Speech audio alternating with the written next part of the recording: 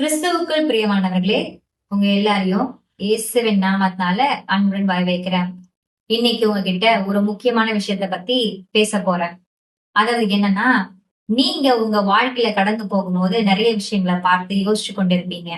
அதற்கு உதாரணமாக நான் ஒரு விஷயத்த சொல்லலாம்னு இருக்கேன். நீங்க பொருட்காட்சி, தீம் பார்க்கு, அம்யூஸ்மெண்ட் பார்க்கு இந்த மாதிரி இடத்துல போயிருந்தீங்க அப்படின்னா, அங்க நிறைய விஷயங்கள் நம்ம சந்தோஷமாக இருப்பதுக்கு கொடுத்திருப்பாங்க.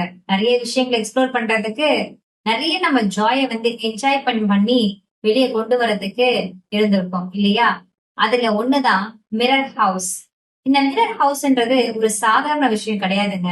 ஏன்னா நம்ம வாழ்க்கைக்கு ஒரு பெரிய ஒரு அர்த்தமாகவும் அமையுது இந்த மிரர் ஹவுஸ். எப்படி சொல்றேன்னு சொல்றேன் எப்படி சொல்றேன்னு பாத்தீங்க அப்படின்னா, நம்ம அந்த மிரர் ஹவுஸ்ல போய் நிக்கும் போது போகிறதுக்கு ஒரு வழி இருக்கும், வெளியே வர்றதுக்கு ஒரு வழி இருக்கும். அத போகிறதுக்கு முன்னாடி நீங்க பார்க்கும்போது உங்களை சுற்றி 4 கண்ணாடிகள் கொடுக்கப்பட்டிருக்கும். அதை சுற்றி சுற்றி பார்க்கும்போது உங்களுடைய உருவாக்கம் தான் தெரியும். அப்படி இருக்கும்போது அதுல இருந்து எப்படி வெளியே வர்றது, அதுக்குள்ள எப்படி போவது அப்படின்னு நீங்க என்ன பண்ணுவீங்க? கண்டிப்பா யோசிப்பீங்க அந்த நிமிஷம் இல்லையா? அப்போ அதுல எப்படி வெளியே வரணும் என்று பார்த்தீங்க அப்படின்னா, அந்த மேல கம்பி ஒண்ணு கொடுக்கப்பட்டிருக்கும். அதுல மிரர் இருக்காது. அப்படி அது உள்ள போகும்போதுதான் உங்களுக்கான வழியை நீங்க கண்டுபிடிச்சு அந்த மிரர் ஹவுஸ்ல இருந்து வெளிவர முடியும். அது ஒரு சாதாரண காரியம்தான். ஆனா இன்னைக்கு உங்க லைஃப் டைமுக்கு அது ஒரு பெரிய லெசனா அமைய போதுங்க. ஆண்டவருடைய வார்த்தை இப்படி சொல்லுது, ஏசியா 35:8 தேவனுடைய வழியில நடக்கிறவர்கள் பேதையா இருந்தாலும் திசை கெட்டு போவதில்லை. அந்த வழி பரிசுத்த வழி என்று சொல்லப்பட்டிருக்குங்க. அப்போ அந்த வழியில தீட்டு உள்ளவன் வருகிறது கிடையாது. சிங்கமும் சரி, துஷ்ட மிருகமும் சரி அந்த பாதையில காணப்படுவதும் கிடையாது. இன்றைக்கு நான் உங்களுக்கு சொல்ற விஷயம் என்னன்னா, நீங்க உங்க பிரச்சனையை பார்த்து யோசிச்சு கொண்டு எப்படி வெளியே போறது என்று தெரியாம முழிச்சிட்டு நிக்கிறீங்களா? அதுக்கு கர்த்தருடைய வார்த்தைய எடுத்து பேசுங்க. கர்த்தர் உங்க கூட இருக்கிறாரு. அவர் உங்களுக்கு சாலமோனுக்கு கொடுத்த ஞானத்தை கொடுத்து உங்களை வழிநடத்த அவர் ஆவலா இருக்கிறாருங்க. ஆனா இன்றைக்கு நீங்க என்ன பண்ணி கொண்டிருக்கிறீங்க? அந்த மிரர் ஹவுஸ்ல நின்னுட்டு எப்படி பிம்பங்களை பார்த்து கொண்டிருக்கிறீங்களோ அதே மாதிரி இன்னைக்கு உங்க வாழ்க்கையில உங்க பிரச்சனைய பார்த்து கொண்டிருக்கிறீங்களா? அப்படி பாத்தீங்க அப்படின்னா நீங்க போகிற வழிய போய் சேர முடியாதுங்க.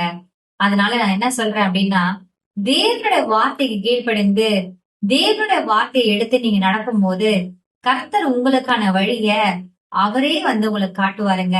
நம்ம போற ரூட் கரெக்டா, நம்ம பண்றது சரியா அப்படின்னு உங்களுக்குள்ள நிறைய யோசனைகள் தோன்றி கொண்டே இருக்கும் இல்லையா? ஆனா நான் இன்னைக்கு சொல்றேன், கர்த்தருடைய ரூட்ல நீங்க போகும்போது அது சரியோ தவறோ என்று நீங்க யோசிக்கவே தேவையில்ல. கர்த்தர் உங்களை அற்புதமா வழிநடத்தி பெரிய காரியங்களை நீங்க காணும்படிக்கு கர்த்தர் உங்களுக்கு உதவி செய்வாருங்க. மோசேவ ஒரு எக்ஸாம்பிளா எடுத்துக்கலாம். கர்த்தர் கிட்ட சொல்லும் போது, ஆண்டவரே இந்த ஜனங்களை நான் வழிநடத்தி கூட்டிட்டு போக போறேன் அப்படின்னு சொல்லுவாரு. அப்ப கர்த்தர் சொல்லுவாரு, நீ போ, நான் உனக்கு ஒரு தூதனை உனக்கு முன்பாக அனுப்புவேன் அப்படின்னு சொல்லுவாரு. அதுக்கு மோசே சொல்லுவாரு, இல்லையா ஆண்டவரே, நீங்க கூட வந்தாதான் நாங்களும் போவோம் அப்படின்னு சொல்லுவாரு. அப்போ இன்னைக்கு நீங்க மோசே போல நீங்க என் கூட வந்தாதான் நான் போவேன் நின்றீங்க அப்படின்னா நீங்க கண்டிப்பா தோல்வியில போய் உங்க வாழ்க்கை முடியாது. வெற்றியை நோக்கிதான் உங்க வாழ்க்கை முடியும். உங்க பயணமும் ஜெயமா முடியும். ஏன் தெரியுமா? நம்மளுடைய கர்த்தருக்கு இன்னொரு நாமம் உண்டு, எகோவான் நிசி, ஜெயக்கொடி. கர்த்தருடைய நாமத்துல நம்மளுக்கு ஜெயக்கொடி. கண்டிப்பா தேவ ஆவியானவர் உங்களுக்கான வாழ்க்கையில உங்க கூடவே உங்களை கரை சேர்த்து உங்களை பெரிய காரியங்களை பார்க்கும்படி அவர் நடத்துவாருங்க. அதனால இந்த வசனத்தை நீங்க ஞாபகம் வச்சுக்கோங்க. எப்படி போகணும் என்று தெரியலன்னா கர்த்தரை நம்பிட்டு நீங்க போங்க. கர்த்தர் உங்களுக்கு பெரிய பாதையை கூட, தடையான பாதையை கூட ரொம்ப இலகுவாக மாற்றி உங்களை பரிபூர்ண ஆசீர்வாதத்தினால அவர் உங்களை நடத்துவாராங்க. ஆமென்.